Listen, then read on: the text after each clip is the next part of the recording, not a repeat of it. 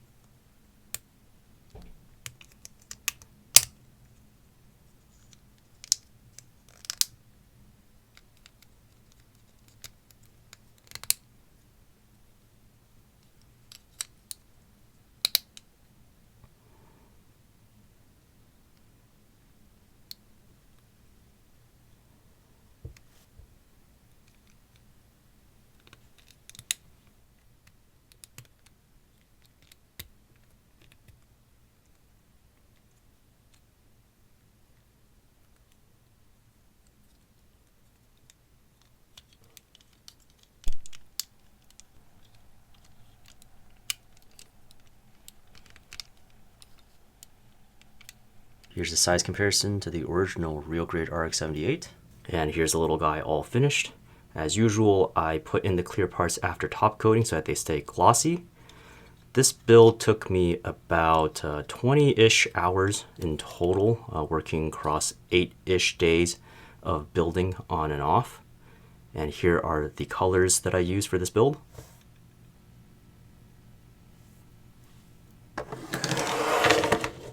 My overall impression of this kit is pretty positive. For one of the earlier Real Grade releases, it is actually quite simple. That said, I don't really recommend it for beginners because the advanced MS joints are still a little bit tricky, and bending them in the wrong direction will break them very, very easily. There are molded in linkages in the elbows, like so, and the knees.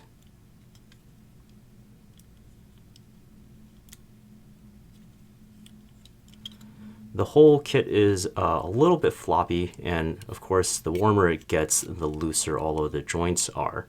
One distinction between this and basically every other model kit of the Zagok is that the arm and leg segments are not ball joints, so they don't rotate. Instead, there are little hinge joints that go forwards and back, side to side at every single segment. And while that does give the arms quite a lot of flexibility, you do have to be careful that they cannot rotate at these sections. And to kind of, I guess, remind you of that, the kit has the segments all keyed in such a way so that they don't look like they would rotate. You can rotate the frame at the knee. The structure is different between the knee and the elbow does not have a rotation there. There's one sort of hidden joint, which is that you can lower the hips both at the same time. And you can see that has lowered the hip joint a good distance. So by flipping the skirt armor forwards, being very careful to not scrape off the decal there, you can achieve pretty much a full sitting position, which is really cute. You do have the option to build the claw to have 4 prongs instead of just 3. The 3-pronged claw is part of the pre-molded joints, while the 4-pronged claw you have to assemble yourself. But structurally, they're basically identical. I prefer the 3-prong look myself, so that's what I went with. You do get a little bit of an articulation in here, and up in here, there is a tiny cockpit that can be opened. Be careful opening the cockpit hatch because it is quite easy to knock the hinge out of alignment, and then you'll have to take off the centerpiece to reseat the cockpit hatch.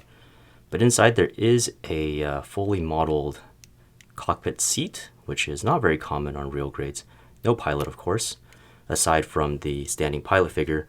And aside from that, you only get a stand adapter, and there are no other accessories with this kit. So a very self-contained experience. Very unique amongst Real Grades since Bandai never did any other mobile suit that is even remotely like this. I think it's a little bit of a shame because in 1/144 scale, the other aquatic mobile suits are all very minimally sculpted, so very smooth surface details.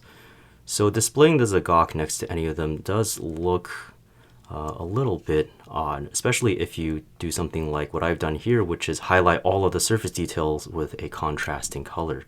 I think at 2,500 yen, the regular Zagok, which comes in Shards colors, is a pretty good deal.